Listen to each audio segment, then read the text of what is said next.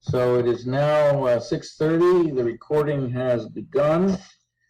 This is the opening of Norton Conservation Commission meeting for Monday, November 8th, that is 2021. And it is now 6:30, and we can open up the meeting with a requirement, as we have had to do for these remote Zoom meetings, with the preamble that will be read by Dan Pearson now. Pursuant to Governor Baker's March 12, 2020 order suspending provisions of the Open Meeting Law, GL Chapter 30A, Section 18, and the Governor's March 18, 2020 order imposing strict limitation on the number of people that may gather in one place, this meeting of the Norton Conservation Commission will be conducted via remote participation to the greatest extent possible.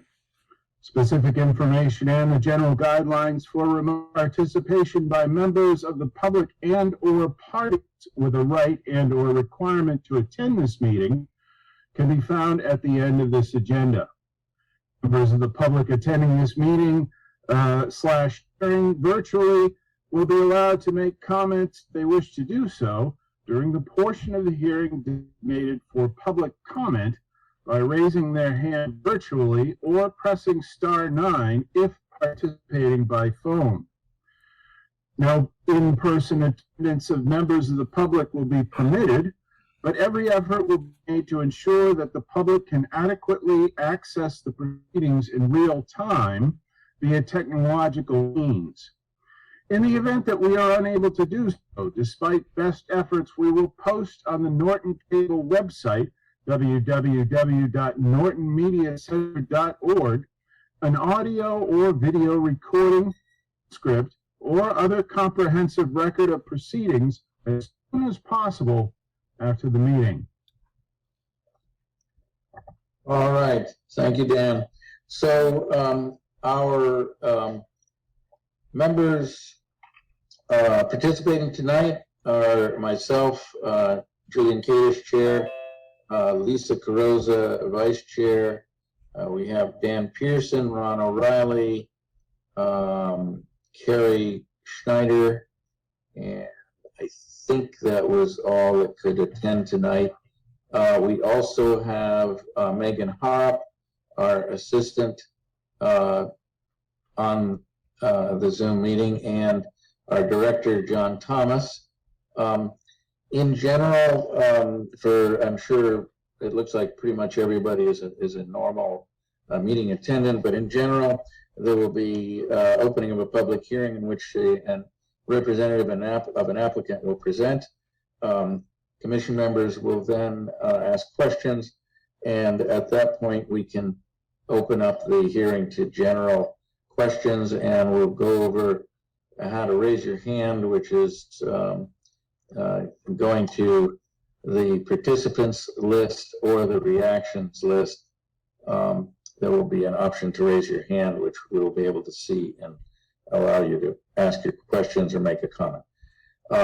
So our first item on the agenda is notice of intent. I'm not sure if a file number came through yet, but it's 250 at this time with no specific notice number, but it's 53 Clapp Street, Steve Hansen, for a proposed project to build a single-family home and associated driveway, septic system, and retaining wall within 100 foot of bordering vegetated wetlands.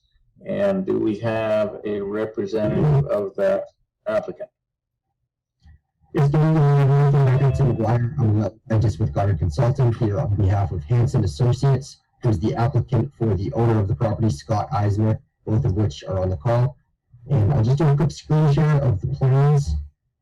So this is the property address is 53 Clapp Street in Norton. It's right at the corner of Route 140, Taunton Ave, and Clapp Street. On-site resource areas consist of one bordering vegetated wetland system, as shown here. The portion of the property.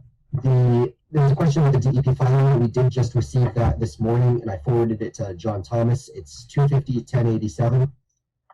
And proposed work consists of the construction of a new single-family house within buffer zone. No work is proposed within the town's 25-foot no disturb policy. So we have the proposed house here along with the septic system and reserve leach field with a retaining wall over on the eastern side of the property and a post and rail fence to be put as a visual barrier at the limit of work, also outside of the 25-foot buffer zone. As mentioned, John and I went to the site on Friday and he agreed with the wetland line as shown on the plans. If there's any questions from the commission at this time, I'd be happy to entertain them. Thank you. Yeah, Tim, just for clarity, if you could show the 100-foot buffer. It is on the plan. It's just not very prominent. Yeah, absolutely. So it's right here. It bisects the reserve leach field and the septic system. And the house in its entirety is completely within buffer zone. Some of the grading and parts of the driveway are falling outside of buffer zone, but the vast majority of the work occurs within the commission's jurisdiction. All right. Any comments from John or questions from other commission members? I have no additional comments to relay to the commission. There was some areas in question that I thought may be contiguous with the wetland. Tim was doing a lot of soil cores out there in front of me and was showing me that the wetland is not contiguous, so it doesn't meet the Wetlands Protection Act. But the area is depressed. Obviously, there would be potential concerns for septic system and also, leaching field, but that's for the Board of Health to look at too. So the house is on a slab, or is there it's kind of like a depressed area. I guess it's kind of below the grade of the road. So that would kind of be the concern that I would have is, getting that area to perk. But Tim relayed that, for instance, the soils were suitable to have it. I guess they might be looking at doing a raised septic system.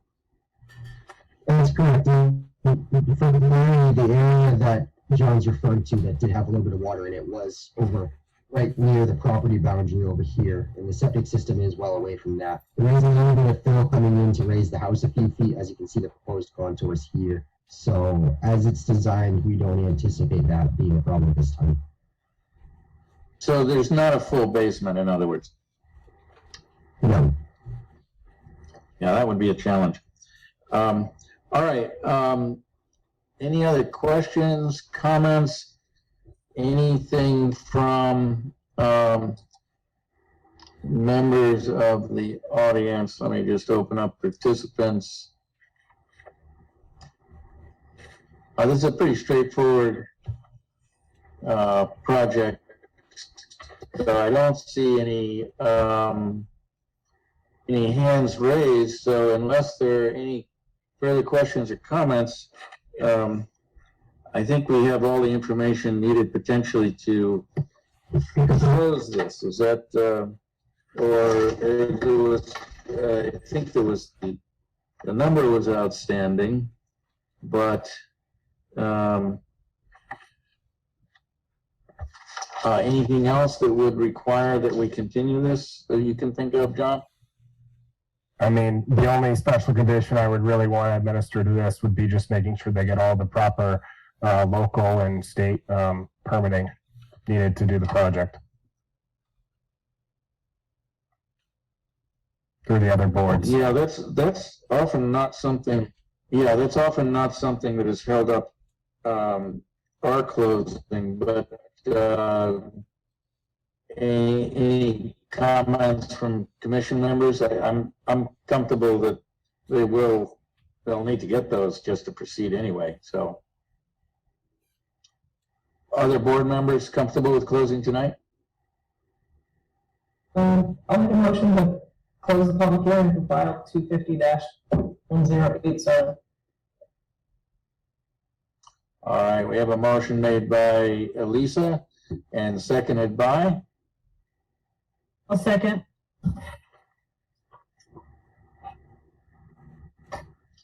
Seconded by Carrie. So as previously, we need to do a roll call vote. So we'll start with Ron and Carrie. How do you vote? Aye. Looks like that was a Aye. I comment from Ron as well. All right, and then Dan and Lisa, Aye. Aye. and I'll throw in an aye, so the motion carries. Thank you, Tim. And I guess Steve was also there, so thank you. And our next, Thank you. Conditions to my office, that would be fine. Thank you. all right. Take care. Our next item is a notice of intent for 142 East Main Street. And this is a proposed project to expand an initial stockyard near bordering vegetated wetlands. And I guess this is an existing business. We've actually reviewed this fairly recently when the business was started. So do we have a representative of the applicant? Yes, good night. This is Craig Siganowski of Rim Engineering. Also, the owner, Emerson Martins, is on the meeting. So as you said, this is a landscape stockyard that's adjacent to what used to be the railroad, is now the sewer trunk line going through town. Existing stockyard area is approximately 96,000 square feet, and Mr. Martins is looking to expand the area shown on the plan for the purpose of stockyard material. And do you have a plan you can share on that?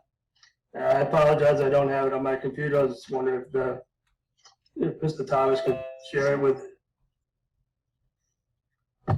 I actually don't have access to share that plan this evening, so. For the record, Hanson McGuire, Gutter Consulting, our firm did the delineation on this. I have it queued up if you want me to do the screen share, Craig. We appreciate it, Tim. Thank you. If the host could, please allow.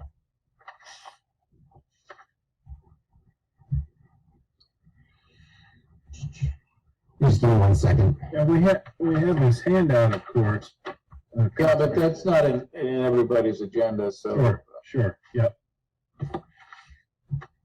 Okay, thank you, Tim. Okay, so Mr. Martins owns property 142, and he also owns the property directly to the west. That's JLM Martins Properties, LLC. And at this time, the stockyard is surrounded by a stockade fence that is anywhere from 5 to 25 50 feet from the actual property line. So he is looking to expand at the widest point 25 feet behind. So we'd be removing the existing stockade fence from when you first enter the property at the existing office building, where you enter actually into the stockyard area. The parking for the site is in the front of the building. So we'll be moving the fence as shown. Guided Consulting has flagged the wetlands. We located them, and as our closest point of expansion would be 45 feet from the wetlands flags, with the actual new fence line being at 48 feet.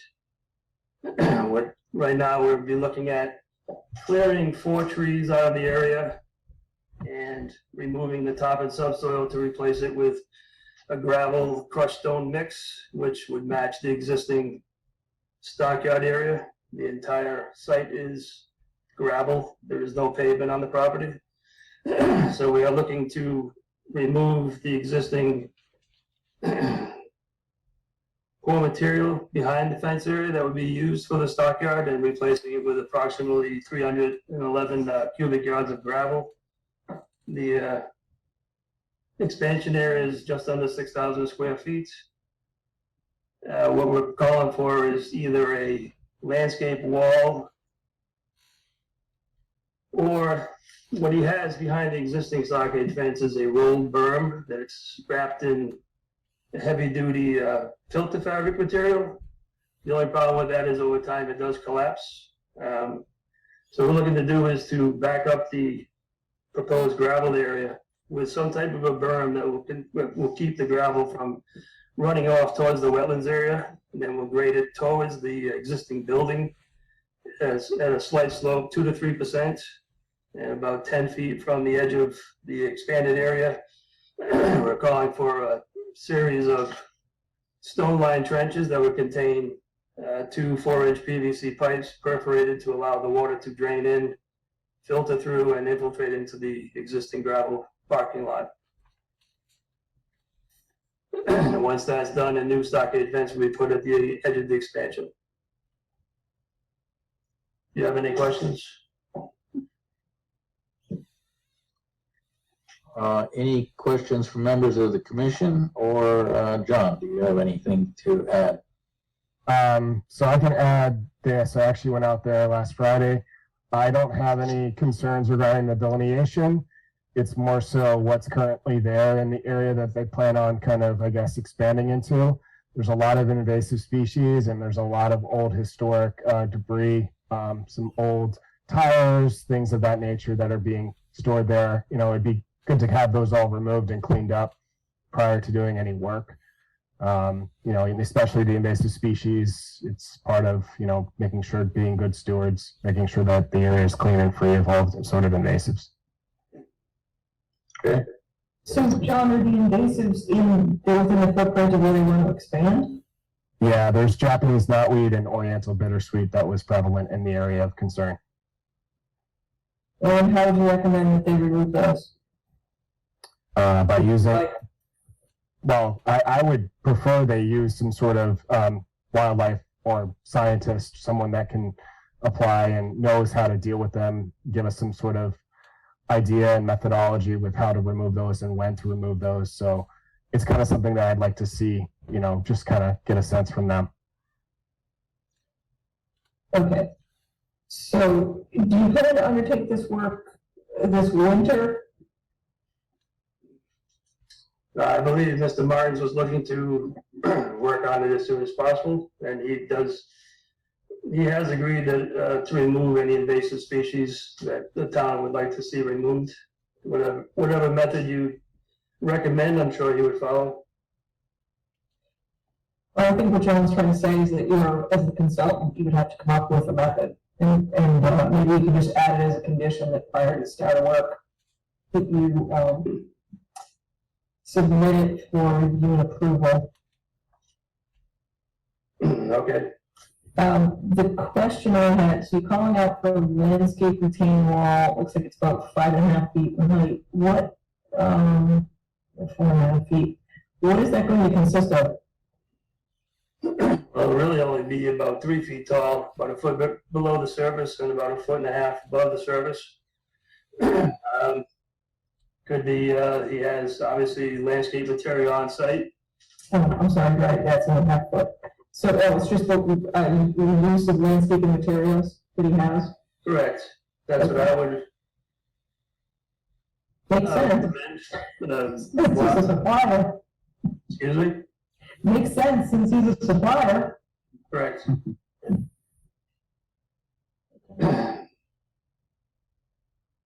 All right, well, So I don't believe we'd have a number for this one. right, I have not received it today. so we will need to continue it, and maybe the method of removing the invasive species can also be addressed during the time frame required till the next meeting. And looks like our next meeting is going to be the 22nd of November, in 2 weeks. So by then, certainly the number should be available. All right, so unless I don't see any hands up in the participants list, so unless there are further questions, I think we can continue to consider a motion to continue this hearing until November 22nd.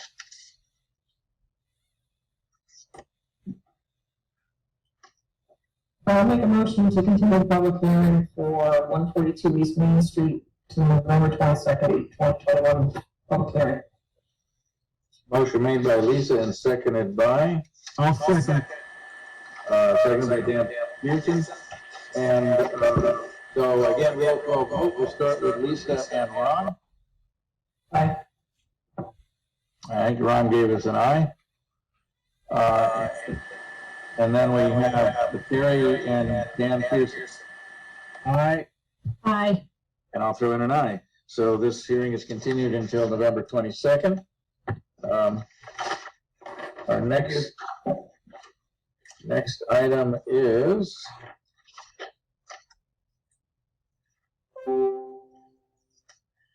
file number 250-1085 for notice of intent for lot 2, 131 John Scott Boulevard, Megan LaRoe, for proposed site improvements consisting of clearing vegetation and creation of a yard within riverfront area.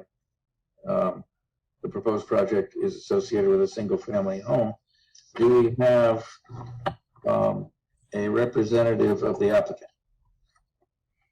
Good evening, members of the commission. Brad Holmes with ECR here for this notice of intent application filed on behalf of Megan LaRoe. She is available and present this evening as well. We filed a notice of intent application for work within the outer riverfront area. The site is located at 131 John Scott Boulevard, a parcel of land that was located within a larger parcel of land. The site itself contains several wetland resource areas. I can open up my screen if that helps for the commission, unless you have plans in the end. And I'll just keep going on. How would you like me to open the screen, or? Brad, you can open the screen. That will be helpful. Yeah, I think he needs to be made a actually, yeah, he's co-host. Never mind. Can you all see that? Not quite yet. Not Yeah, yet. hold on 1 second. How about now? Yes. Okay. This is the overall parcel of land. The Goose Brook is located to the north of the site, and with it comes with the Goose Brook comes with it several wetland resource areas consisting of bordering vegetative wetlands, bordering land subject to flooding, and the 200-foot riverfront area. There's a small isolated vegetative wetland located in the southwest corner of the site as well. We're not proposing any alteration to that. There is no buffer zone associated with it. You look from the top of the page down, you can see the wetland resource areas to the north and the resource areas falling into the site. What we've done is we proposed a project that is located outside of the riverfront and all other resource areas. As you can see, the house, proposed pool, and appurtenances, those are all outside wetland resource areas and buffer zones. But what we are proposing is a small portion of work consisting of the creation of a yard within the outer riverfront area, as you can see there depicted in that drawing. That area of proposed yard is less than 10% of the riverfront area and complies with the riverfront regulations. And as I said before, we've been able to design the project so that everything is outside of the riverfront and resource areas except for that small portion proposed yard. Prior to the start of work, we'll install erosion controls, clear the vegetation, loam as we need to, and then seed with our environmentally friendly tall fescue lawn seed. There are no other proposed activities other than the yard, and it's a fairly simple project, so I'll open up to the commission for any questions you may have. Any commission members have any questions? Seems fairly straightforward. Go ahead, Lisa. I do. So Brad, you're showing what looks like, maybe, that's maybe your silt sock. I'm sorry, your silt fence or your sediment controls. Correct. I can't tell. That's not a boulder wall or a retaining wall? No, that's just the limit of work. The red dotted line would be the limit of work. Oh, I'm sorry. I'm sorry. In the southwest corner at the along the edge of the IVW. Can you zoom in there, please? Sure.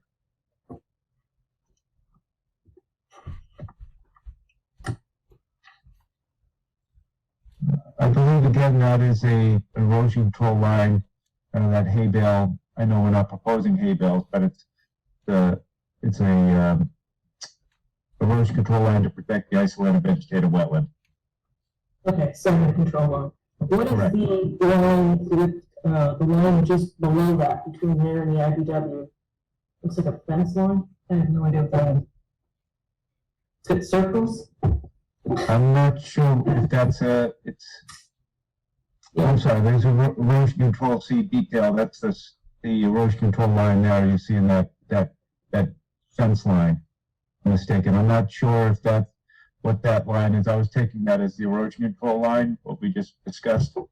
If that's a stone boulder line, I'll update the commission on that, but it's within a non-jurisdictional area, on the wetland, and there's no buffer zone. That's not a jurisdictional wetland under the state regulations. We're not proposing to alter it, and there are no buffer zones to it.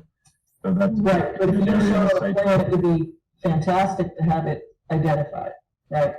So you know what it is. we can update the plans on that. Okay. Well, perhaps the owner of the property can tell us whether there's a boulder wall there or not. Well, if anything, it's proposed, I would think. Yes, there's nothing there now. It's not a developed plot. Okay.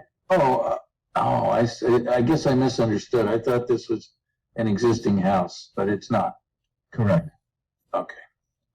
So if we can look back to where you're clearing for the rear of the house there. So was any effort made to completely flip the layout of this house so that the pool, the in-ground pool is on to the east, and then maybe we wouldn't have to go into the clearing the riverfront there?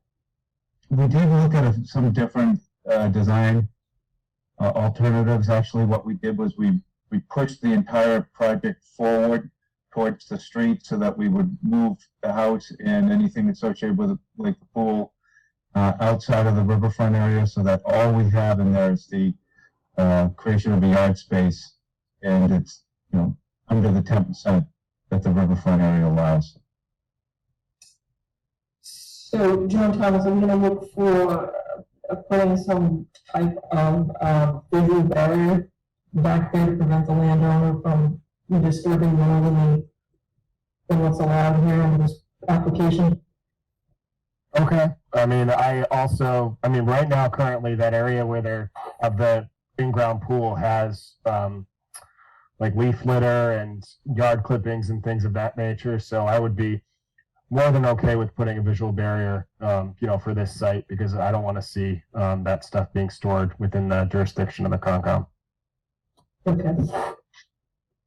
So Brad, maybe when you update the plan to show whatever that is in the southwest corner, to show some type of visual barrier, maybe the sediment control line can be replaced by the split rail fence at the end of the project.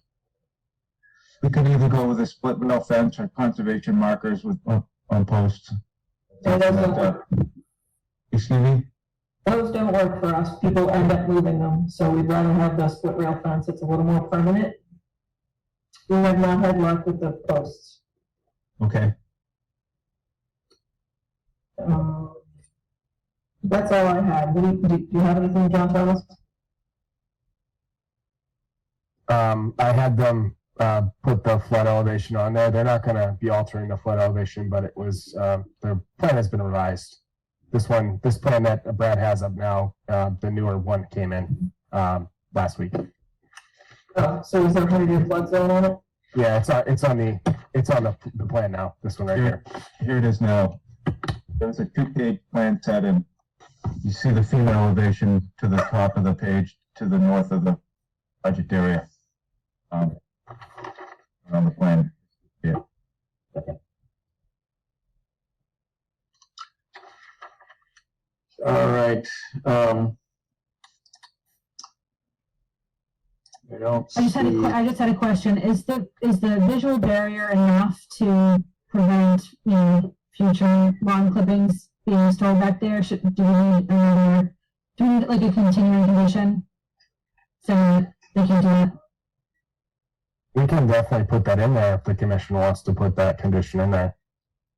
Yeah, the problem is it just doesn't stop the homeowner. So, I mean, I just saw it at 60R Reservoir Street. It's an issue, and it's the information really needs to get to the entity that's going to occupy the house. There's a complete disconnect between giving that commission to the builder, right, the contractor, the developer, and then passing that along to the homeowner.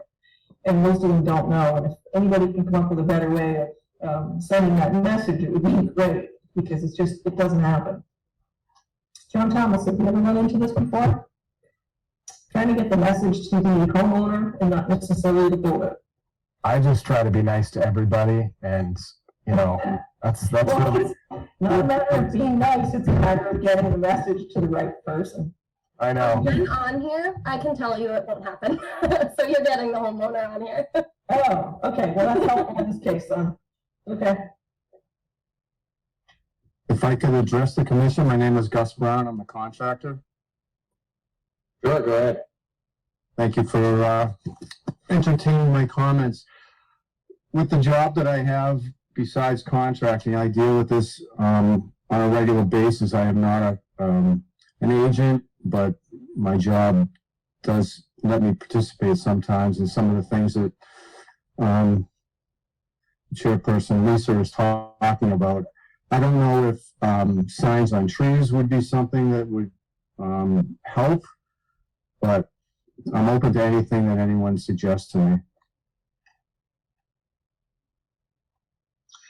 Yeah, I think commonly we've requested some kind of barrier that you can't get through easily with a motorized vehicle or a wheelbarrow, like a split rail fence. Tends to be something that gets people's attention as far as this is a restricted area beyond the fence. We do plan on putting up a fence as well, so we can put it up on the lines if necessary. I don't know if putting That sounds a plaque of some sort on a fence would help as well. yeah.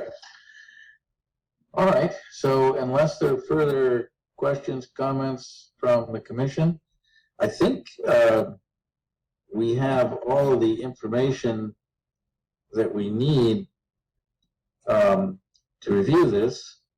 Correct me if I'm wrong, John. Then No, you're all set. You're good to go. all right, and then we'll discuss later when we're reviewing the orders, adding the couple of things that we have discussed during the hearing. So unless there are further questions, we can consider a motion to close the public hearing. And I don't see any hands up in the participants list.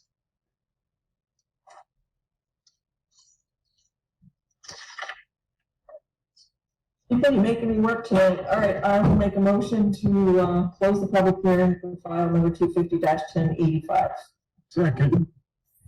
All right, we have a motion made by Lisa to close the public hearing, seconded by Dan Pearson. We're going to be doing a roll call vote as usually, and we'll start with Lisa and Ron. Aye. And we got an aye from Ron, an aye from Lisa, and then Terry and Dan Pearson. Aye. And we also in an aye, so the motion carries. Public hearing is closed. We will consider the orders of conditions later after we've completed our hearings. Thank you very much, members of the commission. Thank Have a you. good night. Thank you, Brad. Thank you. Be sure I'm not skipping over anything. So I think our next hearing is a continued public hearing concerning 0 Pine Street for Al Andrionis. And it is a abbreviated notice of resource area delineation. I believe we had a peer reviewer, Art Allen, involved. And so maybe we can get an update with regard to where we stand with that. The applicant has requested a continuance for that project today. All right, so Mr. Chairman, I'll make a motion to continue file number 250-1084. and I assume we're continuing until the 22nd of November, because that's our next meeting.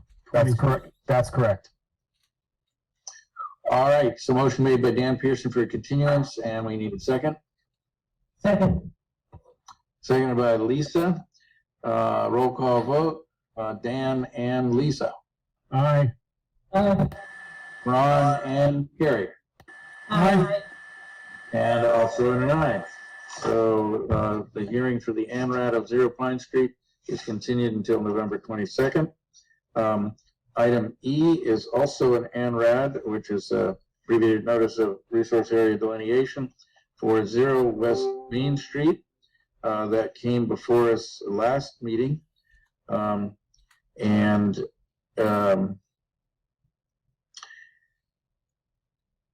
Let's see. So just update me as to where we stand with that. It's not completely clear. So I reviewed the wetland line with the applicant's wetland scientist last week, and flags 3 to 29 were confirmed to be accurate per wetland bordering vegetated wetland methodology. And just for clarification, these are, I think it was a total of 3 lots that's near the middle school and across from St. Mary's Church. Right. It's only one lot. The one lot with the flags that I mentioned were confirmed. Okay. So what you're saying is this has enough information to continue closing it. To not continue, but actually close it this evening. Well, yeah, I misspoke. You're right. To close the hearing. So any further questions or comments from members of the commission, John, or members of the public? I don't see any hands up on the participants list. And if not, we can consider a motion to close. I'll move to close file 250-1086. Motion made by Carrie, seconded by Dan Pearson. So we're going to do a roll call vote with Lisa and Ron beginning. Aye. And then Carrie and Dan Pearson. Aye. Aye. And I'll throw in an aye. So again, we'll be issuing the ORAD later after our deliberation. And file number 250-1082, notice of intent for 0 Leonard Street for Jeffrey O'Neill. This is one of the many projects on Leonard Street. Proposed project is to build an on-site and extend previously approved public access road within 100 foot of bordering vegetated wetland. Now, this is primarily the building, not the access road is actually a previous hearing. Is that correct? Correct. Good evening, Brandon Carr with the Freed Engineering. Correct. At the road as currently proposed is about 2,400 feet, I believe it is. And the first 1,600 feet to 1,700 feet is a section in the proximity of the wetlands, for the most part, was already approved this spring. This is for an extension of the road and the 2 buildings at the back. Any possibility that we could bring up a plan? It looks like you're a co-host already. Yep, I got one right here. So, can everyone see that? Yeah, I just, for the record, I have to recuse. So like I was saying, previously, this road right here goes out to Leonard Street. About another 1,000 feet or so, and that's includes like some work within the wetland buffers, wetland crossings. It's an existing path that would be widened. In about, I think it was May, the road used to end about there with the cul-de-sac. The commission approved it to that point, so this notice of intent includes this extension, moving the cul-de-sac down here, like I said, about a 450-foot extension there, and then these two buildings, building 9, building 12. The areas within the 100-foot buffer to the wetlands are this area parking lot here, this area here. You can see the 100-foot here as it goes through these section of this pond, and then the 100-foot goes through here. So it's really kind of just a few spots on the extents. We're not proposing any work within the 25-foot no touch. The town of Norton, we were before you maybe a month ago, I believe. Since then, we were also before the planning board. We've been before them, I think, 3 or 4 hearings.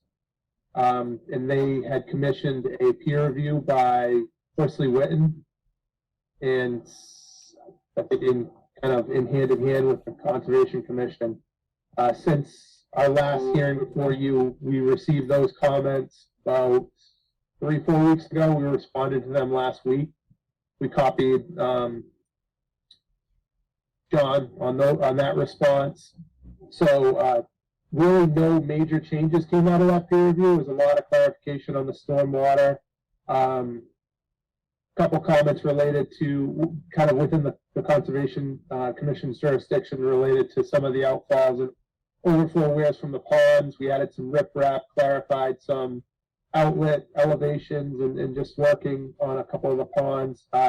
No changes to the limit of work or really overall density or levels of impervious for the project or stormwater treatment. It was a lot of clarification and then some additional detail and changing a little bit of the, like I said, some of the outfall design, adding more riprap, things like that. With the planning board, kind of outside the Conservation Commission's purview, we've been working on this area of the site and added buffers and adding more vegetation, but all that is really outside the Concom's jurisdiction.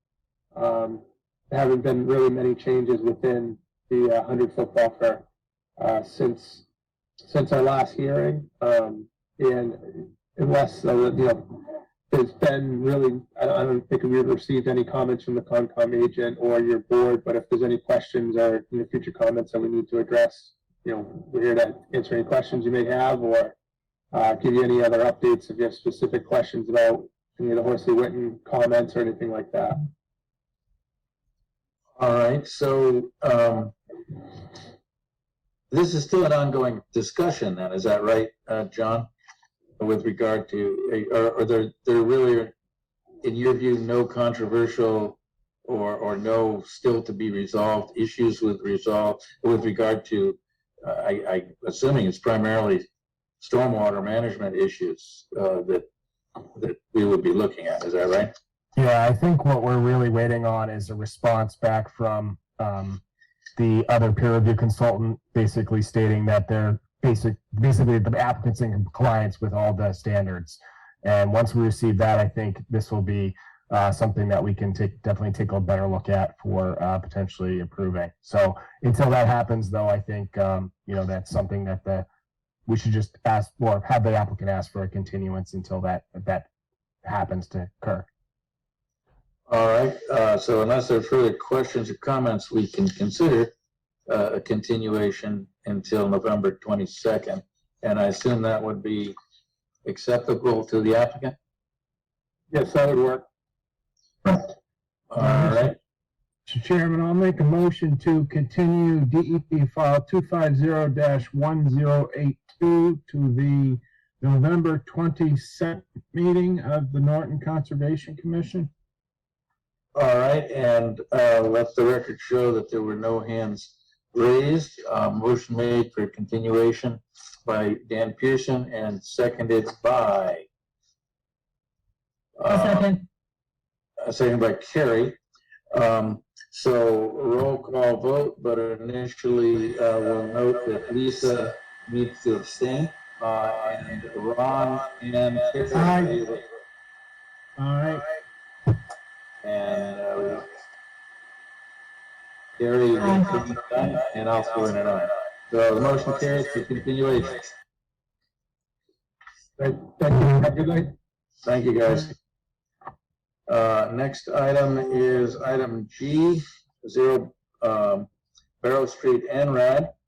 And I guess there is still some information that's not available, and it looks like they're requesting a continuation, but do we have an applicant involved with this project?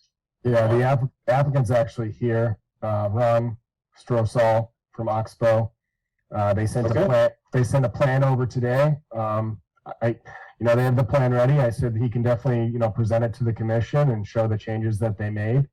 And Ron, are you here? Yes, I'm here. Can you hear me? Yep. Okay, great. Can I share my screen? You are all set to share, yes. Yep.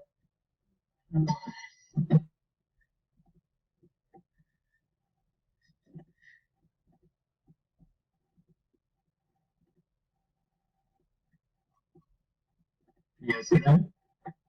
We can see the plan, yes. Okay, so I'm Ron Schultz from Oxbow Associates. We became before the board a couple months ago to discuss the wetland delineation. Since then, Art Allen from Ecotech came and peer reviewed the wetland line. We did make a couple adjustments to the plan, and you guys requested a couple of amendments, so we've added those since the last time we were here. So I'll just show a brief overview on this page, and then we can zoom in on the following pages.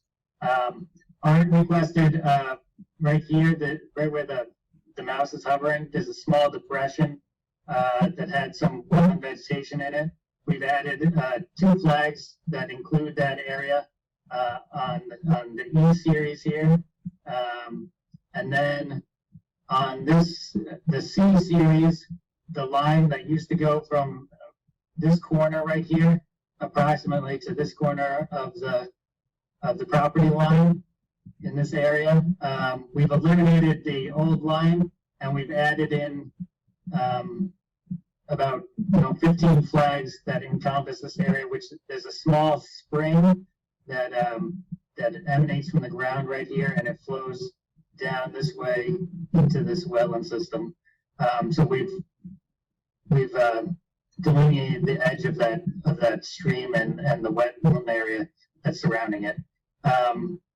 Those are the only changes requested by Art for the wetland delineation. The last time that we were here, you guys requested a couple additional pieces of information, including the BLSF that we requested to be verified on the property. This is the FEMA Zone A line that exists within the wetland in the E series. The E series is associated with the intermittent stream that's in the center of this. This is the FEMA line on the other side. So everything in between that is BLSF. It doesn't actually come outside of this wetland at all. And then you had us. I flagged wetland D down here, but we didn't pick it up with the survey because I wasn't sure it was on the property. As you can see, it just barely enters the property. Somewhat non-consequential, but just for the record, it is on the property. And then you'll see this large T shape within this wetland. This is actually the potential vernal pool that was previously dug out by an old owner. So we flagged with Art. I flagged the limit of this, and he walked around with me while we were hanging the flags on this. So that's the limit of vernal pool that you also requested. And I can show you on this page a little bit more. So here's what I guess it should be considered upland D, because it's just a small protrusion of upland that pushes into this larger wetland. So this is wetland D here. The revisions to wetland E, the depression is in this area. So from flag E3, which went to E4, which is in the middle here, now goes to 3A to 4R and then back down to 5. So it encompasses that small area. And from here, one flag C26, which originally went to 27 and continued on to 31 across the the property line, now goes up to the north and loops around before going off site. And this is the potential vernal pool. So it begins here. I said previously that we did observe some yellow spotted salamander egg masses in here. In this section specifically, where it seems to be deeper right here than the rest of it. But the rest of this contains standing water throughout the wetland. And this last page shows the extent of the FEMA floodplain line inside the E wetland. So Ron, can you walk us through how you established that line in the absence of an elevation published by FEMA? The engineer did that. So the engineer, the FEMA website publishes where a zone A would be. So for us, wherever the zone A is the equivalent to, basically, a zone A in floodplain doesn't have an elevation, so it's only the extent. That's why I'm asking how you were able to put it on there in the absence of an elevation. Did you just trace it on? I assume the engineer traced it on there. Okay.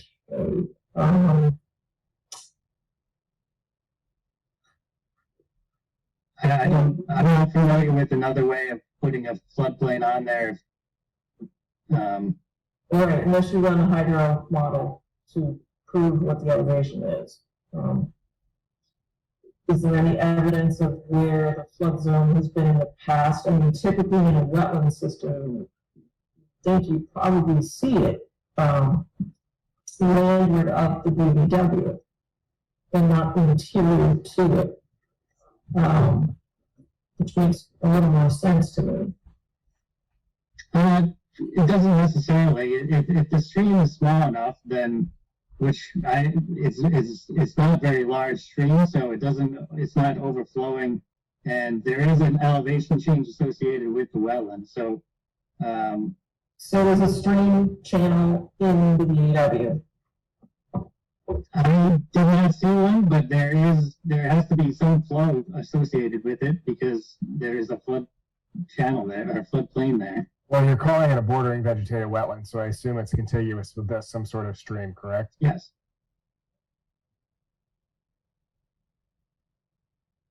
I would probably just want confirmation of as to how the civil put that on there. I mean, how far over does the wetland extend?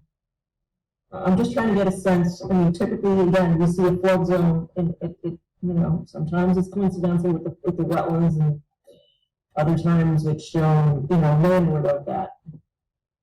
Because currently it's in a flood situation, but. I'm not familiar. I've never heard of trying to assume an elevation to a zone A. No, you'd have to run the calculations. That's in the absence of an elevation, FEMA asks you to run calculations. So did Art Allen weigh in on that, John Thomas? He has not weighed in on this yet. We just received this plan today. Okay. So I would presume that, for instance, Art's going to want to take a look at this. I'm unfamiliar with the project. I haven't been out there. Okay. So I really am coming into this kind of blind, to be honest with you. But I will state, in other circumstances, typically having the Mass GIS language on there saying that it was derived from Mass GIS overlay would help, you know, with kind of giving that assertion for confirmation of the resource areas. Because, for instance, we're basically not confirming within an interior resource area. And for instance, it's just on there saying that it's from Mass GIS, and any proposed work that you're going to be doing within that wetland, if there is going to be any, obviously we're going to have to investigate that further. So we're basically, this ANRAD's not going to confirm the FEMA floodplain. It's just basically approximated for now. Does that make sense? Yes, but if you could also ask Art to just for sanity check on it. Okay, I'm sorry, I thought this was like the end and we were gonna close. Obviously you just got it today, so you need time to look at it. Right. Okay. Okay.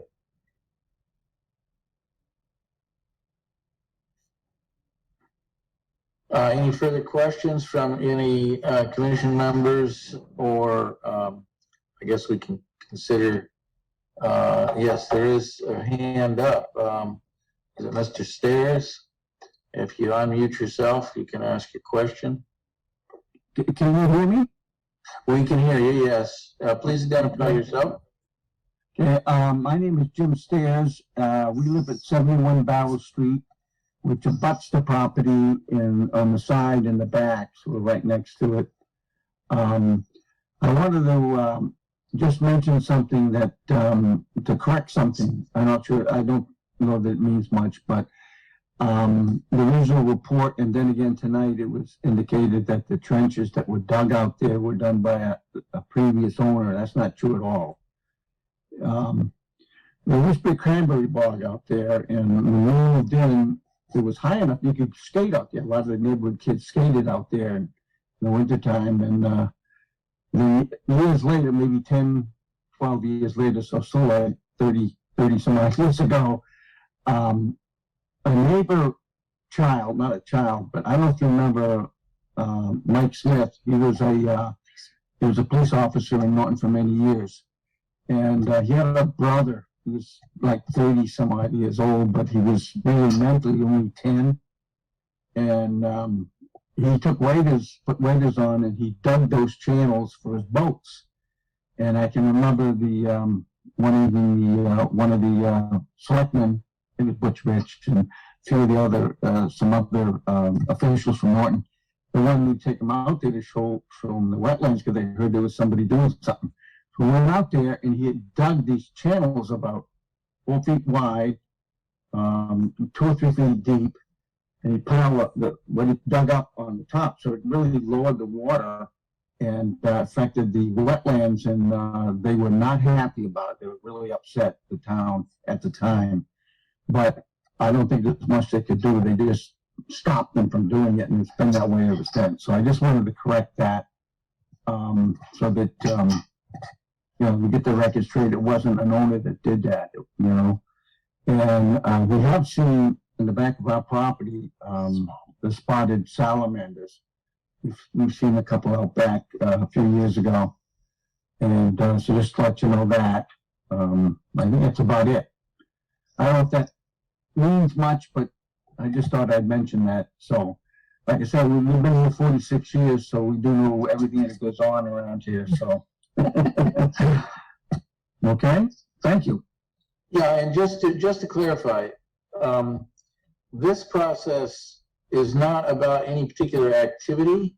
It is strictly identifying what the borders of the wetland are and other resource areas on these parcels. And you heard from prior discussion that the precision of exactly what's going on in one of the wetlands is rather vague. So we're kind of establishing the limits of this process that we can do with the information we have. I do remember maybe 15 years ago, somebody had bought that land and he was putting some houses in there, and he was doing he was thinking of, he had a vernal pool, and he had all kinds, he spent some money to design it up, but then it stopped, and I didn't know why, so I did talk to somebody from from the town hall that indicated that they felt it stopped because you were trying to put a road in, but the road was so close to Fordham, Fordham across the street, which is Norton Estates, which is almost directly across the street, because that road, Fordham is only one entrance and one exit, and there's like 170 homes in there or whatever, and that the state wouldn't allow them to put a road that close. I do remember that, but I'm not sure how true that is. Right. I just thought I'd mention it. These are all issues which, of course, are outside our direct review now, and anyone who wants to do anything with that property is, as you point out, got a lot of issues to address. That's true. Okay. Thank you very much.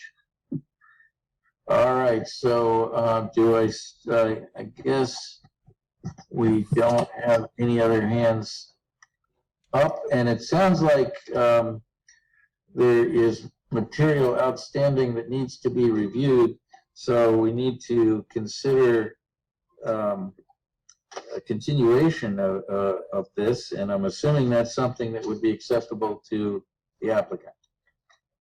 That's correct. All right.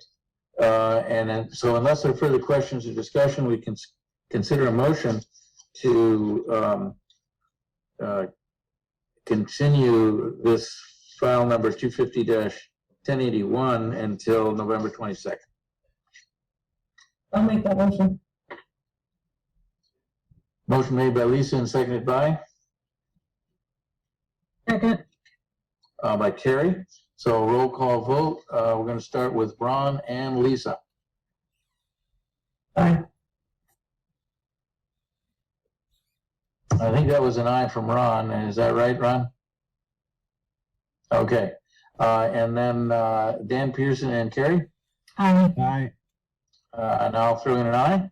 So motion carries for continuation of the ANRAD for Zero Barrow Street until November 22nd. So thank you, Ron. Great, thank you. We have, next item is item H, file number 250-1070, notice of intent for Zero Rear 80th Street for Wyandotte Share Corporation. And this has been continued multiple times, most recently on October 18th.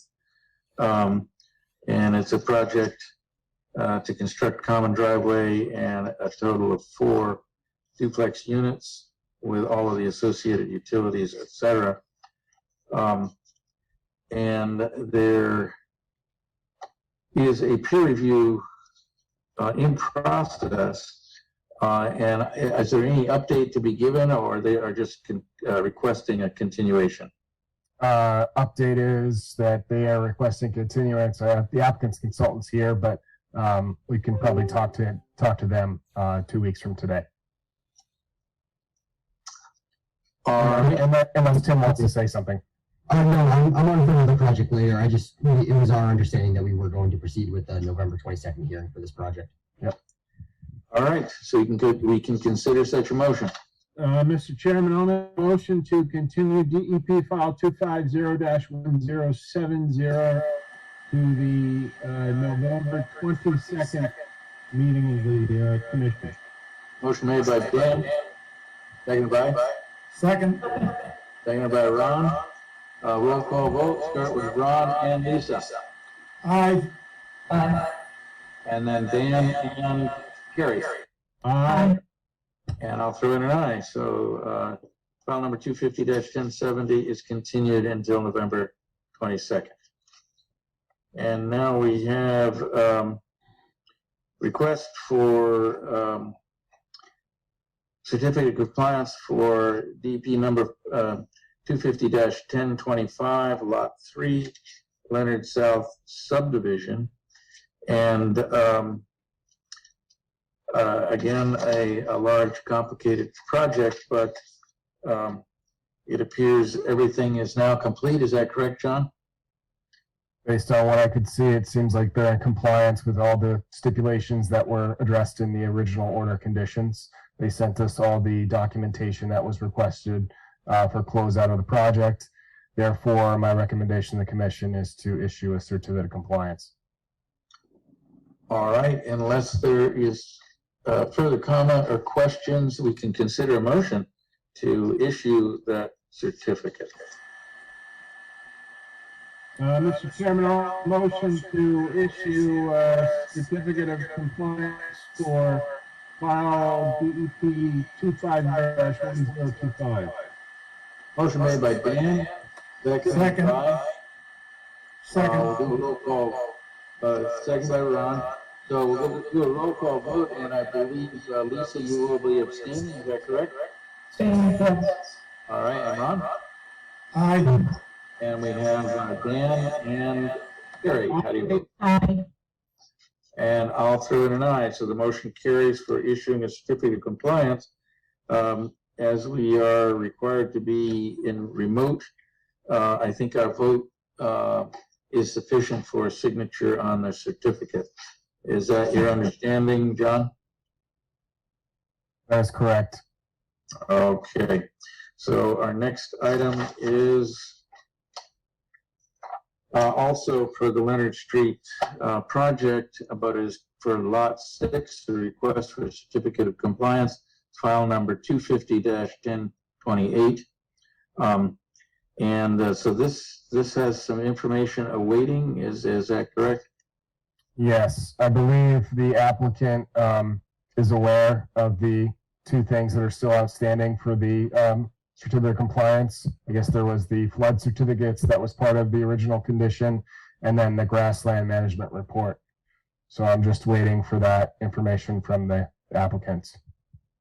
Can you, I believe the grassland management, which was in June 21 by Brad Holmes from ECR, was submitted.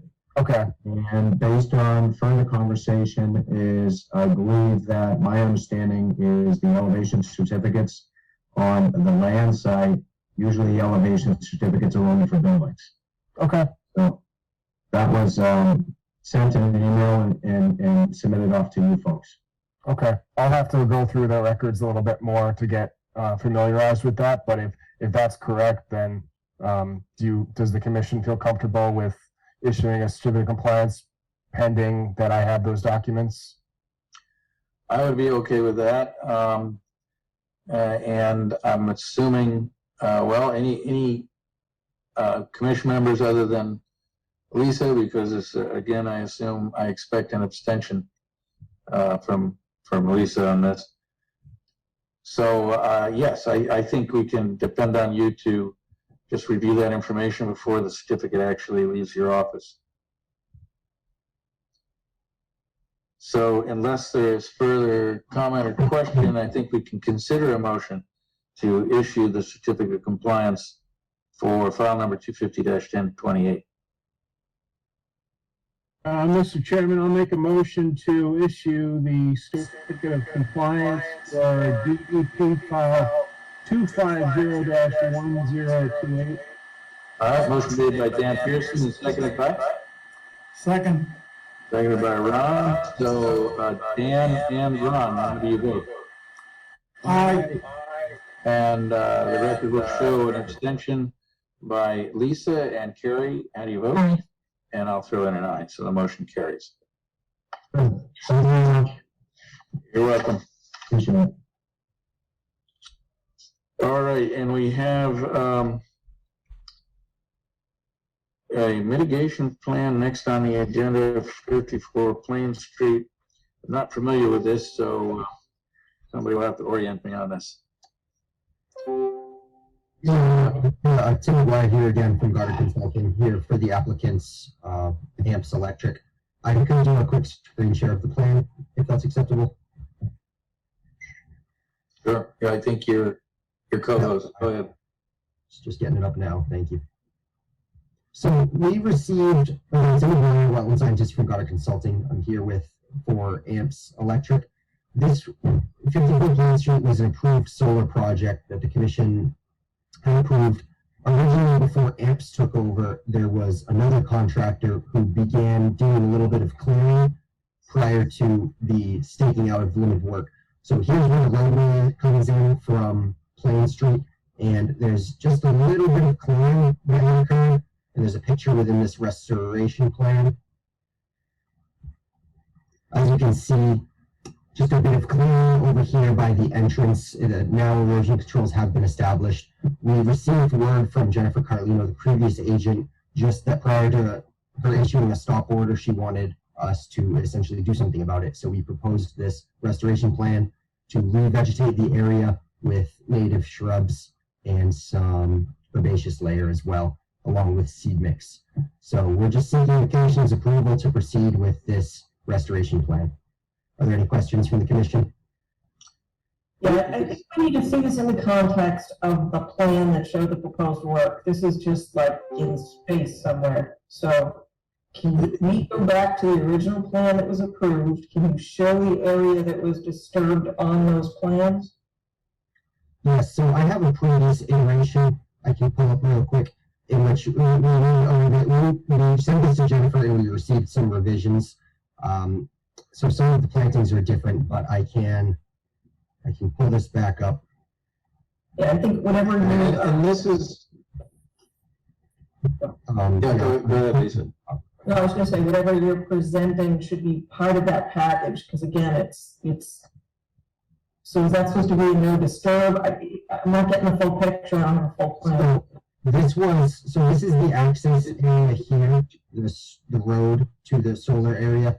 And we just took the approved plans and overlaid the planting area. And on the previous one that I just had, it had the ortho background, but there was no plan in it. So we can absolutely make that revision, but it's. So, hold on a second. I need the bigger picture here again. Just a snapshot, 1 and 2. Does it look like you cleared in the wetland? No, it's not in the wetland. There's only clearing within the buffer zone to the wetland itself. So this was a previous iteration. I was hoping this would give context. So but just for orientation, this is a project adjacent to North School, is that correct? I'm trying to place where this, okay. Yes, it's the approved solar field just east of the school. Okay. All right, does that help, Lisa? That's where this is? I need this full plan sheet. No, This is just I understand what you're saying, but I just trying to remember. I'm pretty damn good reading the plan, but even I can't make sense of that one if I don't have the full plan. I apologize for the confusion. I can pull it up right now too. So this is the site plan. So what we were looking at was this area right down in here. So there's the North School, the solar field that's under construction as approved. So this restoration plan, it was part of the, and I'll go to the plan sheet itself in a second.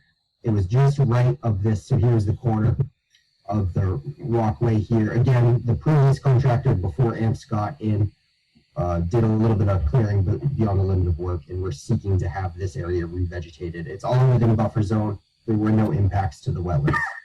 So was the sediment control, I'm just out of curiosity, were the sediment controls laid out? How did they end up clearing more than was necessary? They started clearing before it was all staked out and erosion controls were put in place. So then the current applicant who is proposing this restoration plan is not the one who did the clearing. Right. No, I understand all that. So did we not have a kickoff meeting when somebody witnessed the installation of the sediment controls, or no? I personally, my firm wasn't involved at that point. I'm not certain. I just know that Jennifer asked us to kind of clean up, and we've been working with the new applicant. Yeah, just trying to figure out how it happened so we can prevent it in the future. But okay, I guess that's a dead end. Anyway, all right. So it was the area.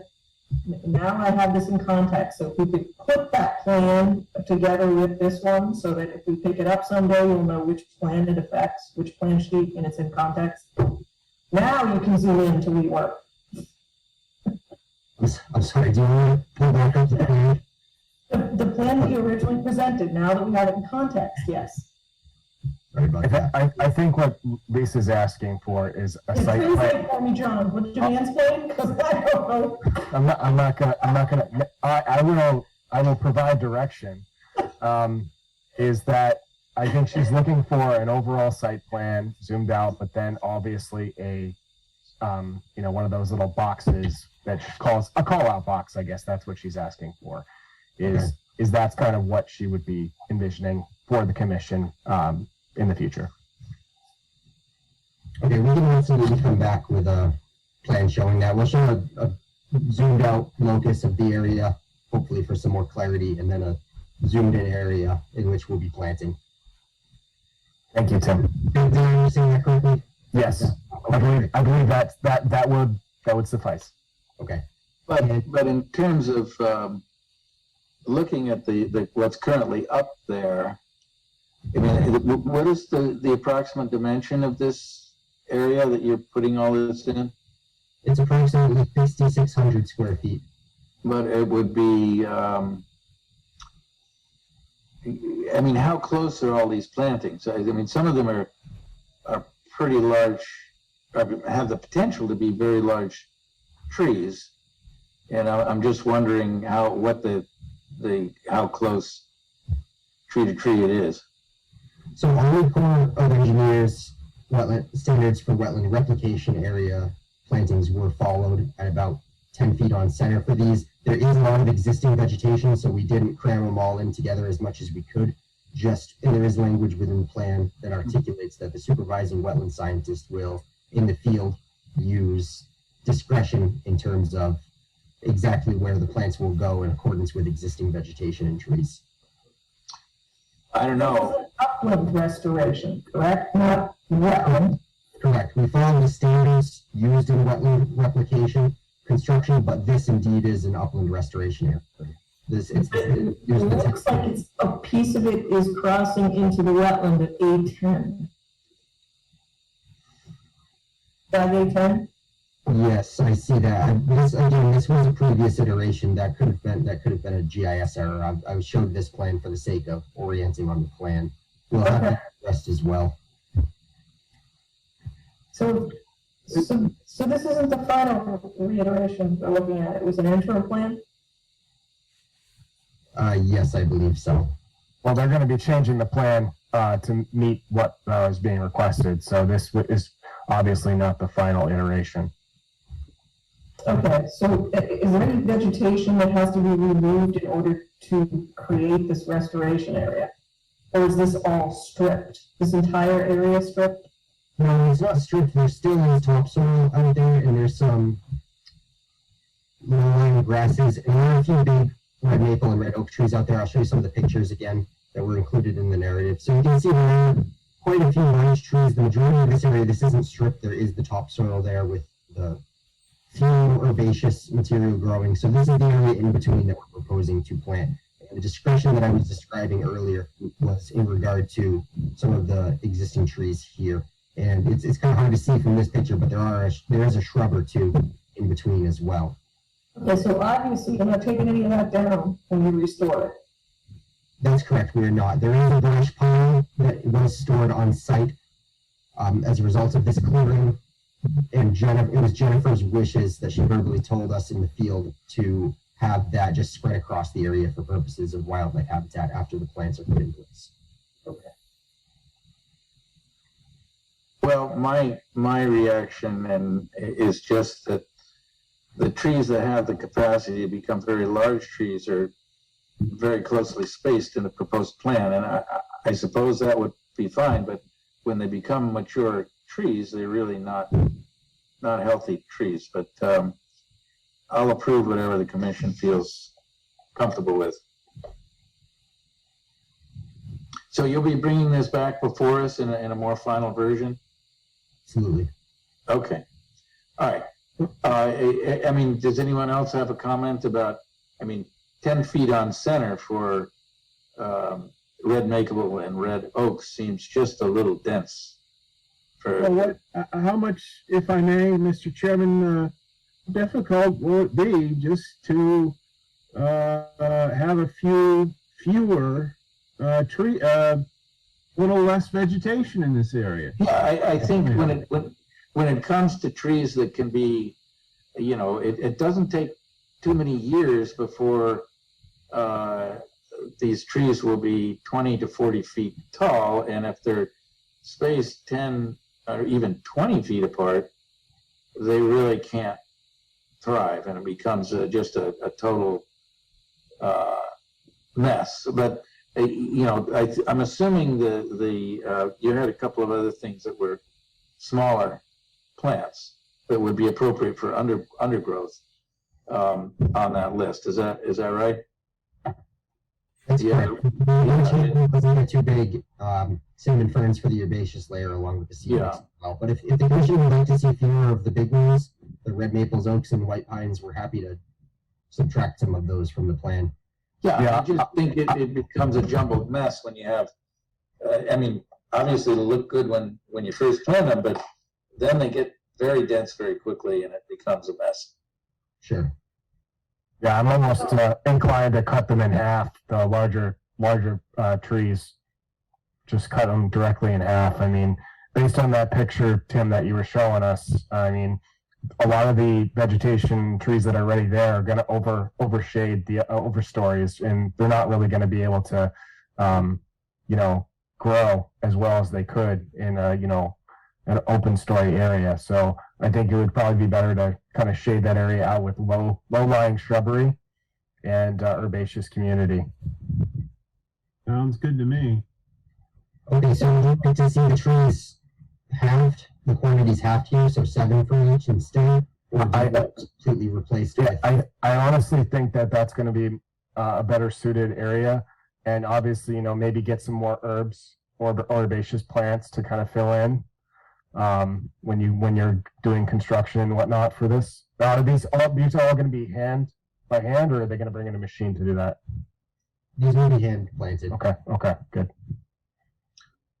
All right, so we can look forward to that in the future. It doesn't sound like that's going to be too complicated, but maybe the dimensions of that rectangular box illustrated on the remediation plan will be helpful as well. Absolutely, and we'll do some more field work just to take a look and make sure that there wasn't any impacts to the wetlands there. I'm thinking that was just a GIS error, but we'll address that as well. So did Jennifer or does John envision any monitoring for viability of the area?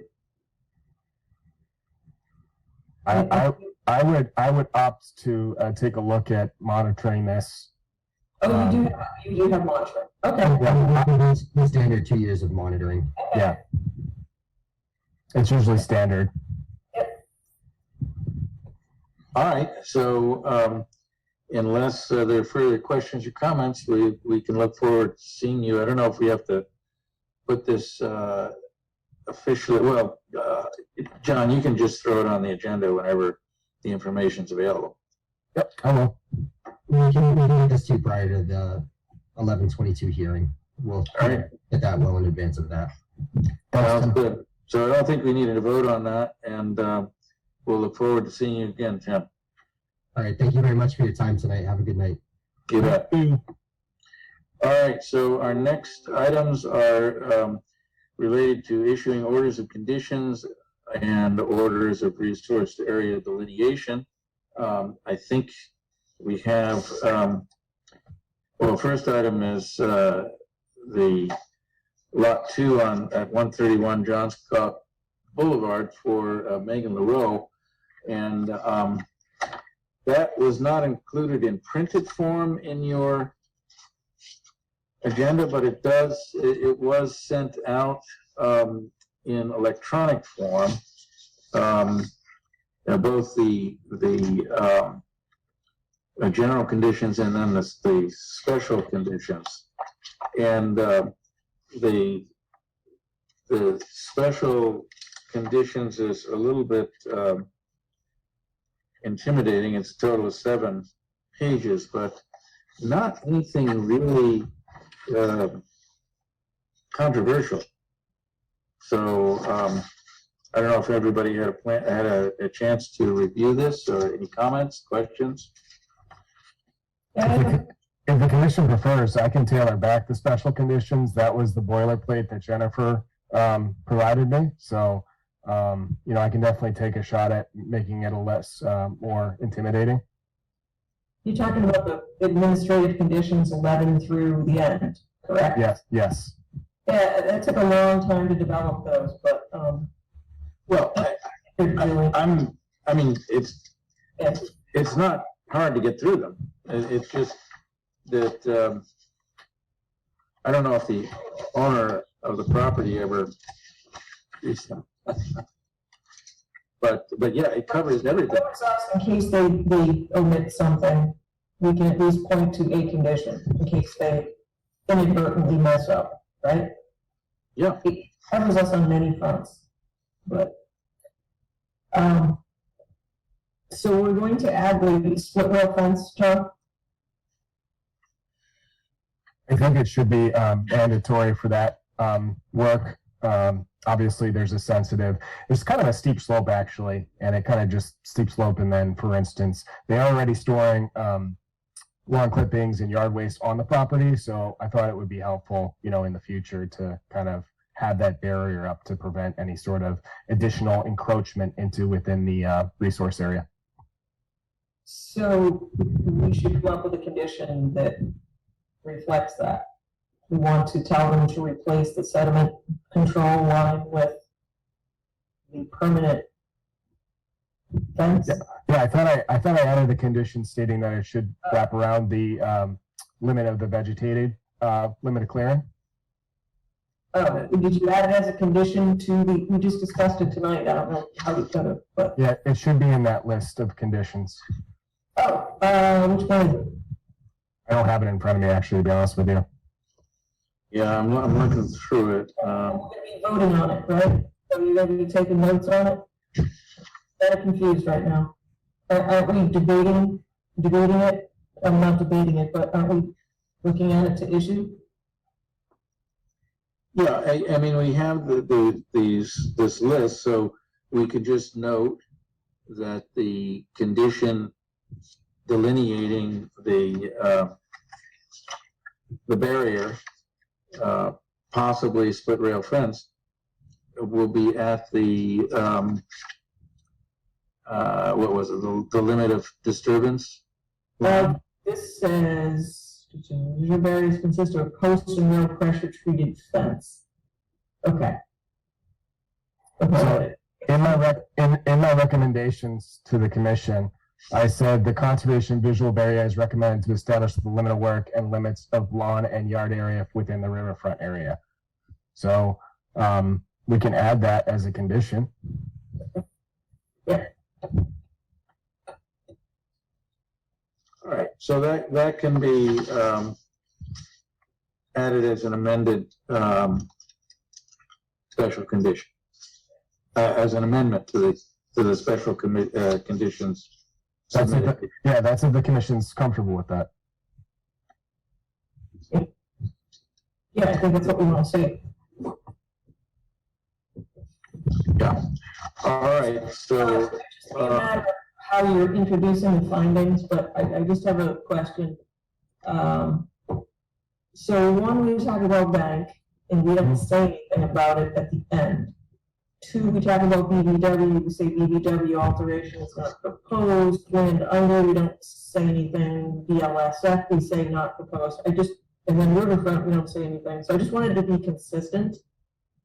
So when we lay out the resource areas 1 through 6, I think we should just be consistent in saying that there is going to be an alteration or there isn't, right? And then if there is, we should maybe quantify it. So are we saying that there's an alteration to it, or are we just saying that it exists for the current project? That's what I'm trying to clarify. Right.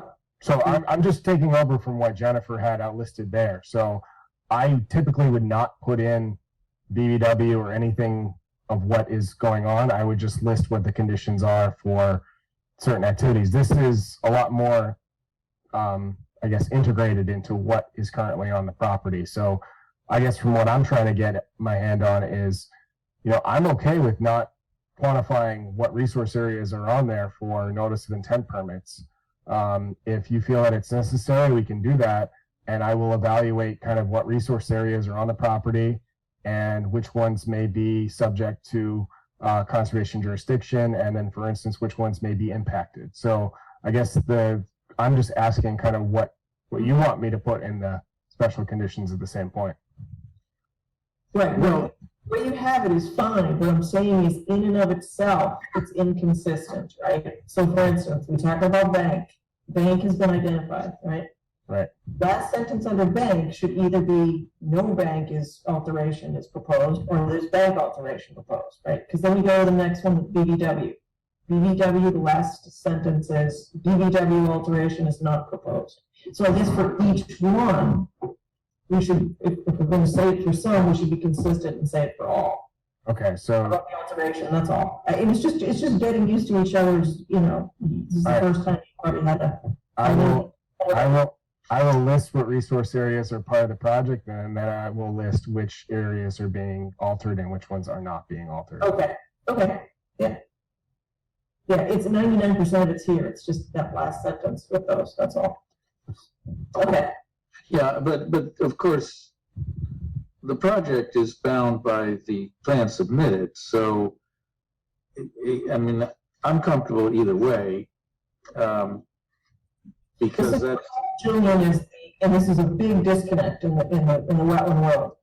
The order is what's recorded. The plan is not recorded. So to articulate all of the resource areas on the order, to me, is critically important. But if you're just looking at that in the registry, and it's the only thing you have, and you don't have access to the plan, at least you have a list of the resource areas and what the impacts were. I mean, you can condition moving forward that all plans are recorded with said order. that becomes burdensome, financially burdensome. Yeah. That's why I like to see everything listed. Is because it's the only opportunity to state what's there. So what you're suggesting. I don't think it's too much info. So what you're suggesting, because the plans are not being recorded, is that there be a narrative somewhere in the orders saying, as delineated on the plans, the proposed project includes. Well, it's already there. So if you look at the one that is in front of us right now, right, the order condition 250-1085, 1 through 6 articulates exactly that. It's the way Jennifer's been setting it up for years. That's it. It's all we need. Well, but the actual project is not described here in the 1 through 6. Yeah, it is. Well, now 7 describes it. It authorizes construction. Oh, okay. All right, so we're good. We're good. It was just consistency with 1 through 6. And I think John understands where I'm going with. So whether there's an alteration or not, we just need to be consistent. all right, I mean,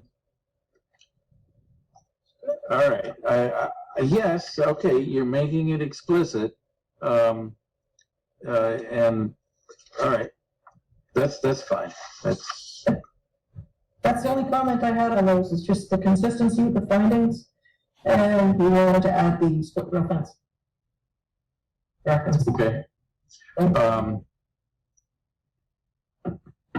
Well, I mean, you can almost include it with, the permit authorizes construction of the yard area, vegetation management within the riverside area. It also requires the installation of the split rail fence at the illustrated limit of work. So, I mean, you can just throw it in to finding 7 if you want to do it that way, or you can add it as, I don't know, It's already 42. It's already where? 42. Shoot, let's see.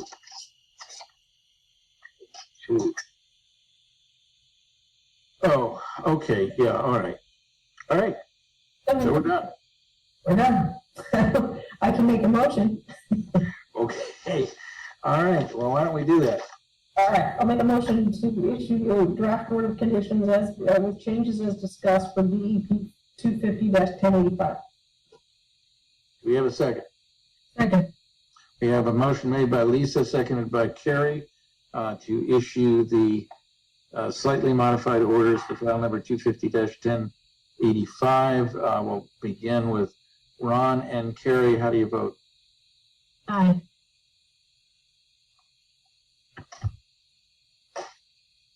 Ron, do you happen to dial in a security code to get that off mute? Aye. All right, very good. Lisa and Dan. Aye. I'll throw in an aye. All right, motion carries.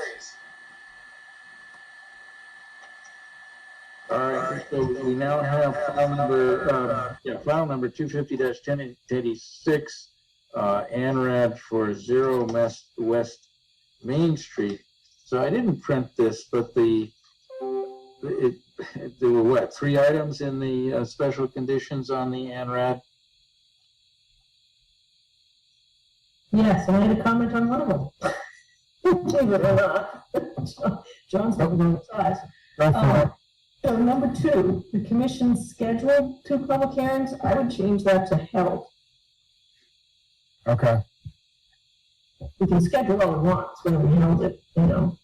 So anyway, I would just change that to held.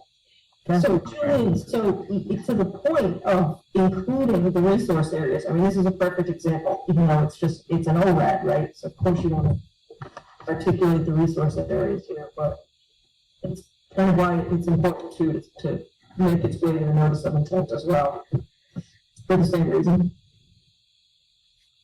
So I would make a motion to issue the draft minutes for 250-1086 as discussed.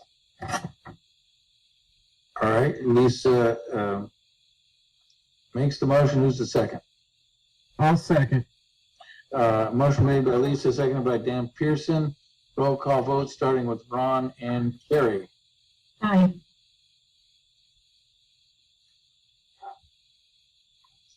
I think that was an aye coming from Ron from lip reading. All right, and Dan and Lisa?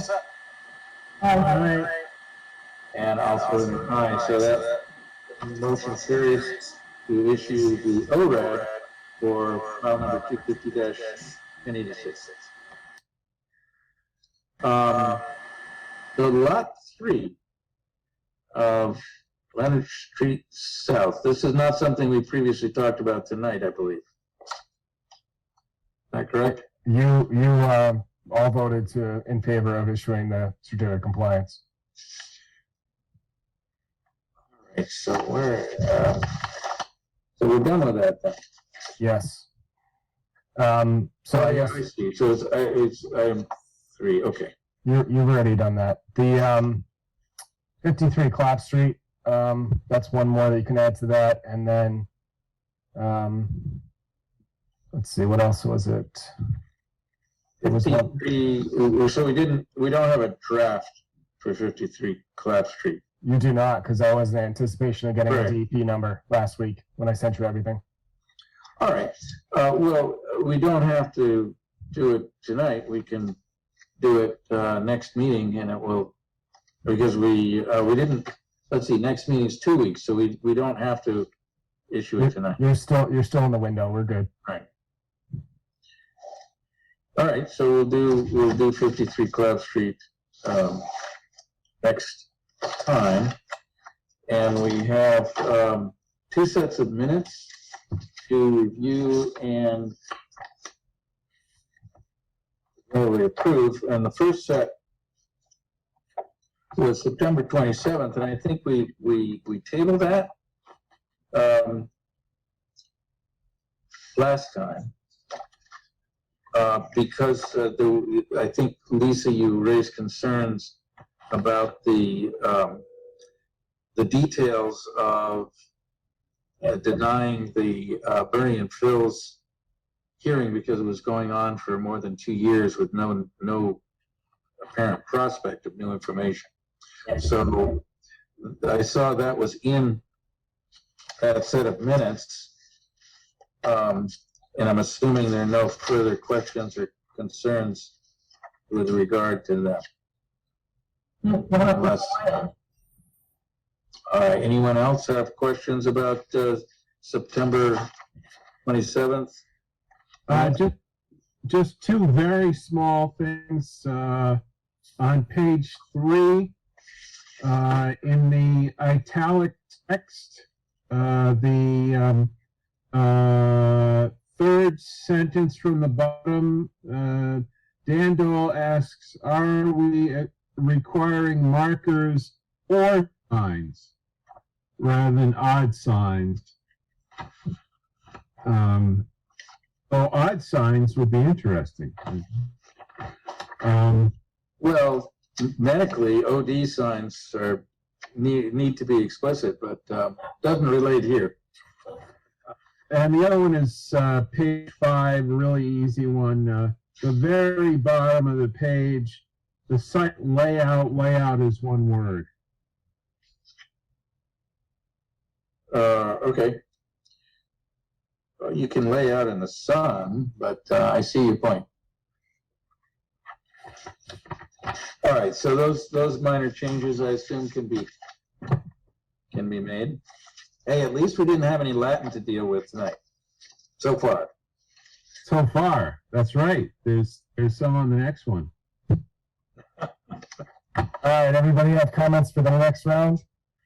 Well, we need to be. Mr. Chairman, Yeah, go ahead, Dan. Your if motion. no other comments or questions, I will make a motion to accept the minutes for the Monday, September 27th, 2021 meeting. As amended. As amended. Seconded by? Second. Motion made by Dan Pearson, seconded by Carrie. We'll start with Ron and Carrie. How do you vote? Aye. And Lisa and Dan Pearson. Aye. And I will throw in an aye. Our next set of minutes is from last meeting. And no one was absent. Anybody have any questions, comments? I didn't see anything. Yeah, on page 5 of 10, right? Yep. Let's see, of the entire riverfront area on site, I believe it was not 1.5 square feet. I think it was 1 million something was the number. Don't know what it was, but we need to go back to the minutes. It was 1 million, I can remember, but I don't know off the top of my head what it was. But so let's revisit those, and then the applicant. Okay, so this is Carosa. The applicant should consult historic areas. I'm not quite sure why we're citing a website, the leading source for high-res. Or I did not. Yeah, you're right. I should have. I really overdid it there. Yeah, I didn't say any of that, Dan. So you can scratch that editorial. Well, That editorial research that you did was fantastic, but I didn't say it. but you also didn't say the give us the site itself. Anyway, I'm being facetious. So, point well taken. Yes, scratch that. Okay, and then we end. Thomas, give us an estimate of what? I'm looking on the next page, going, what? Oh, yeah, I don't know what he said. Somehow I didn't think to look. Do we have the record of the meeting or?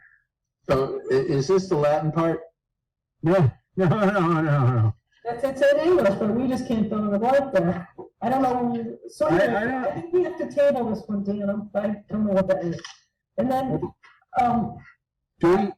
what's that? Do we have it on? Do we have it on record on video somewhere? Yes, I have the meeting on video. Okay, well then I will go back and see what it is you said. Somehow I didn't think to do that. Slipped my mind. Right. It happens. We all make mistakes. So I guess we're gonna table those, and then if I can just ask that if we can save a limb, a tree limb, if we can make these double-sided. Yes, quite agree. Yes. Well, all right, so who knows? This could be the takeoff to a play, right? All right, so we're gonna table October 18th till November 22nd. Yeah, let's see, where is my agenda here? I think we're running out of entertainment for tonight. Unless there are any new or old business items to discuss. I feel disoriented not seeing a pizza behind Lisa. I'd like to know what happened to Lisa's pizza. And I was gonna tell you, I have a new setup now. Yeah, she's at her summer house now. Yeah. Well, it looks very nice. It's just, I'm in my living room instead of the dining room, so I'm sorry you're missing the pizza. all right. You can come up with some other food entity that reminds you of, I don't know, maybe. I used to think I would someday have a finished house, but I've given up on that, but working on it. First, I have to cut all the trees that fell. All right, any other items? Are you gonna make a motion to continue the meeting minutes to the 11th or the 22nd? Just table them if we don't accept. Yeah, we're just gonna table it until there's some minor changes, and then well, additions that we can't really act on now. So no formal motion is required. Okay, perfect. So I have nothing to report on the town meeting. I have some potential grants that we're going to be going after. I just have to look to see what the deadlines are for those.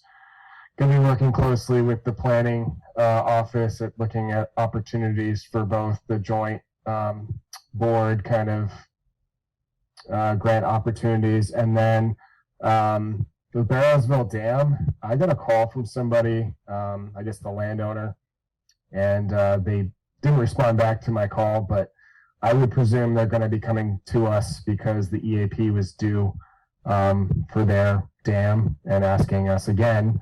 I looked at all the files, I guess back in early or mid 2000s, they came in for asking the town if they wanted to take over ownership of that dam. The town declined that at the time. I'm guessing they're looking to, find somebody to take ownership of the dam. I don't know if that's the case or whether they're trying to breach it at some point. I have no idea, but hopefully going to find out what's going on with that soon. Another thing to report on Chartley Reservoir, the EAP was done by Pear. They're in the process of completing that for us. And with site inspections, mainly just trees and project inspections and whatnot, making sure that everybody's in compliance, trying to get my feel for the properties in town here and kind of just driving around, seeing what's going on and seeing if everybody's in compliance. All right. Yes, It's John. I don't know if anybody's noticed, but since they repaved 140 next to, oh God, I don't even know the name of the place. It's that stuff, the stockyard on the reservoir, where they keep materials. Is it Rivero? Oh, Ribero's, yeah.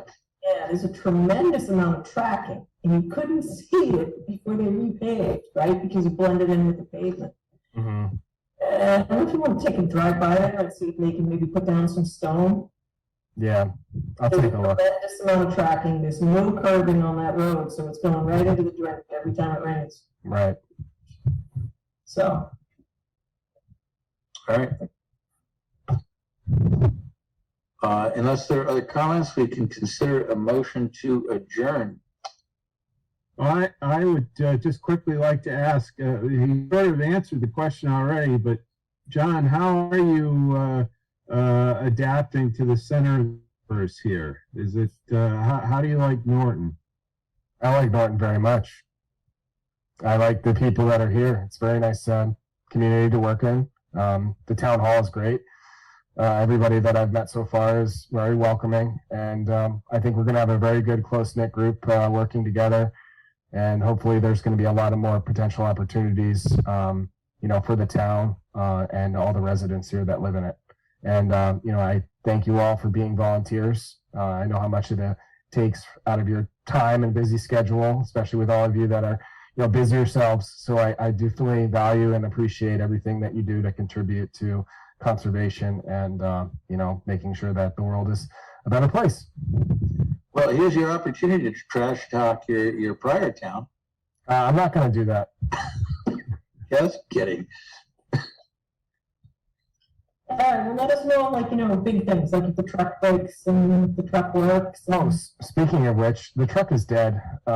So I don't know what we're going to do about that. I think I'm going to talk to Mike to see if we can get a replacement, because it's not in great order, and I don't know how much it's going to cost to repair it. So yeah, that was hand-me-down. For some reason, the Concom gets, well, so here's my question. Can we use conservation funds to administer, I know can we use for administration of the act to purchase a new vehicle? And I've been told in the past, no, and I still don't understand why. So, it's part of administering the act. That's what those funds are supposed to be used for? We have the money. So, is that something you could look into? I'll look into it. I mean, one of the things that we can talk about is whether we need to buy a truck for land management opportunities, and that's for upkeep of properties that the town manages. So that's one of the loopholes we potentially can pursue, and see if we have any funding for land management. Well, the town's been hesitant. We always get the hand-me-down truck. Always. Jennifer's never had a new truck. So, to that end, perhaps the next time the Board of Selectmen or whoever looks to us to contribute to the general fund, we could talk to them about a truck. Arnold Schwarzenegger has an electric Humvee.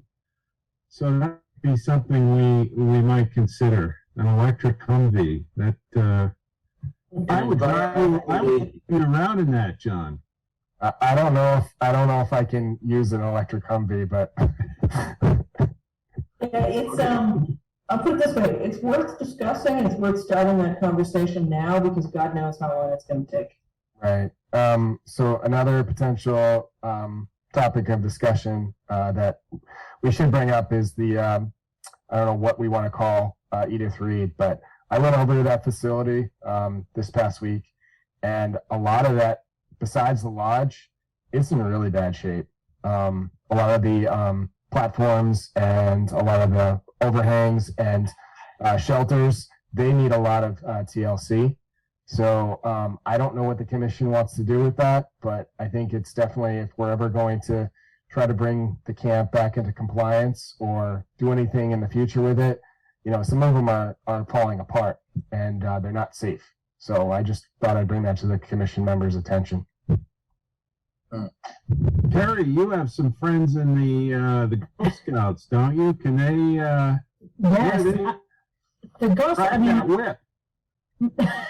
Lots of the Girl Scouts would love to be involved in it. I'm sure the Boy Scouts and Cub Scouts would also like to be involved. My understanding is that there was a scout project that was going to either repair or remove the obstacle course in the back there, but they never came back around to Jane. So yeah, I will definitely put it out there. We are very interested in starting to use the land again for meetings and all that good stuff. So put the word out, because if we can get volunteers to do it and get the girls some community service work and some that would be great. Yeah, but John, this sounds like you're suggesting there's significant structural work that would need to be done. I mean, you're suggesting these buildings are leaking, and no, they're not buildings. They're awning shelters, so they don't have walls.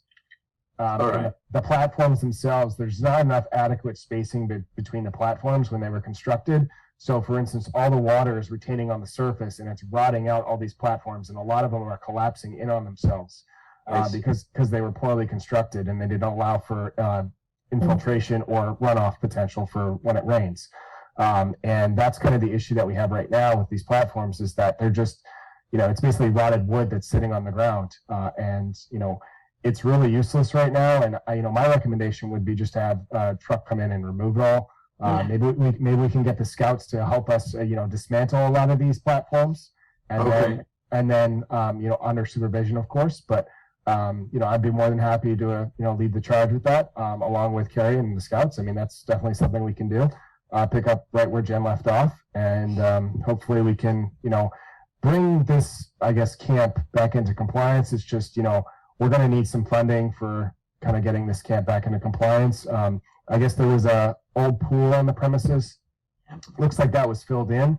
And there is a bathhouse there. It's kind of deciding kind of what we want to do with the property moving forward. I'm kind of putting together a site plan of kind of what current conditions are, so that way we can kind of have a better sense on how we can pursue potential investment opportunities with this and kind of making it better for the community. Okay. Great. All right. Okay, so anything further to discuss? Not on my end. We can consider a motion to adjourn. Mr. Chairman, I'll make a motion to adjourn tonight's meeting of the Conservation Commission. All right, motion made by Dan and seconded by? I think Ron and Lisa might have competed to the second. So we're going to once again signify our vote with thumbs up until next time. So thank you all for participating.